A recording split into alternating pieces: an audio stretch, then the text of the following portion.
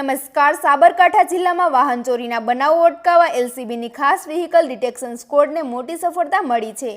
Technical surveillance અને human ઇન્ટેલિજન્સના આધારે પોલીસે મુખ્ય આરોપી ઓમપ્રકાશ ઉર્ફે ઓપીની ધરપકડ કરી જિલ્લામાં નોંધાયેલ 21 બાઇક ચોરીના ગુનાઓનો ભેદ ઉકેલી કુલ 21 ચોરાયેલ વાહનો કબજે કર્યા છે.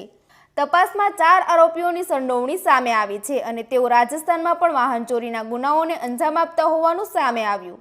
હાલ પોલીસે મુખ્ય આરોપી સામે કાયદેસરની કાર્યવાહી હાથ ધરી છે, જ્યારે ફરાર આરોપીઓ અને અન્ય ચોરાયેલ વાહનોની શોધખોળ ચાલુ છે. વધુ સમાચાર માટે જોડાયેલા રહો આરપી ગુજરાત ન્યૂઝ, રાજકોટ.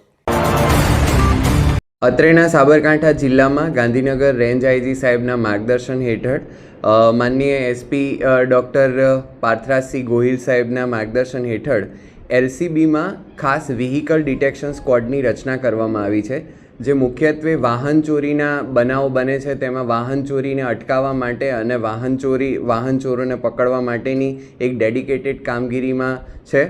તો એ સંદર્ભે હ્યુમન ઇન્ટેલિજન્સ અને ટેકનિકલ ઇન્ટેલિજન્સના માધ્યમથી રિસેન્ટમાં વડાલી પોલીસ સ્ટેશન ખાતે એક રાત્રિએ લગભગ 3 વાહનો ચોરીનો બનાવ બનેલો, જેમાં એલસીબીની વ્હીકલ ડિટેક્શન સ્ક્વોડે ઊંડાણપૂર્વક તપાસ હાથ ધરતા એક ચોક્કસ બાતમીના આધારે બાઇક ચોર ગેંગને ટ્રેસ કરતા તેમને 19 જેટલી બાઇક જે છે એ પરત મળી છે અને કુલ 4 આરોપી જે છે એમના વિશે માહિતી મળી છે અને એમાંથી એક મુખ્ય આરોપી જેનું નામ છે ઓમપ્રકાશ ઉર્ફે ઓપીઓ, જેની પોલીસે અટકાયત કરી અને આગળની કાયદેસરની કાર્યવાહી હાથ ધરી છે. આ સિવાય પણ આ સ્ક્વોડને બીજા 2 વાહનો પણ મળેલા છે. એમ અત્યાર સુધીમાં ટોટલ 21 જેટલા વાહનો એલસીબીની વ્હીકલ ડિટેક્શન સ્ક્વોડ જે છે એણે પકડી પાડ્યા છે અને અત્યારે પણ હજુ બીજા વાહનો શોધવાની તજવીજ ચાલુ છે.